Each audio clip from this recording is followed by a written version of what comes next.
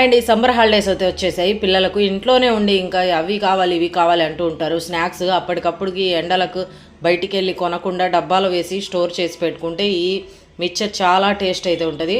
ఒకసారి ట్రై చేయండి, చిన్న పిల్లల కోసం చాలా బాగుంటుంది. ఇక్కడ వచ్చేసి ఫస్ట్ ఆయిల్ వేసి శనక్కాయ పప్పులు బాగా ఫ్రై చేశాను. ఫ్రై చేసి అందులోనే కొన్ని తెల్లటుకులు వేసి అవి కూడా ఫ్రై చేసి తీసేసాను. పచ్చటుకులు ఉంటే పచ్చటుకులు కూడా వేసుకోవచ్చు. నేను ఓన్లీ తెల్లటుకులు ఒకటే వేశాను.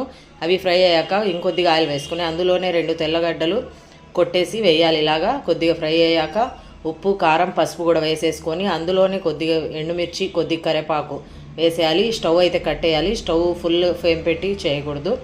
తర్వాత బొరుగులలో ఈ మనం చేసిన మసాలా వేసేసి బాగా కలుపుకోవాలి.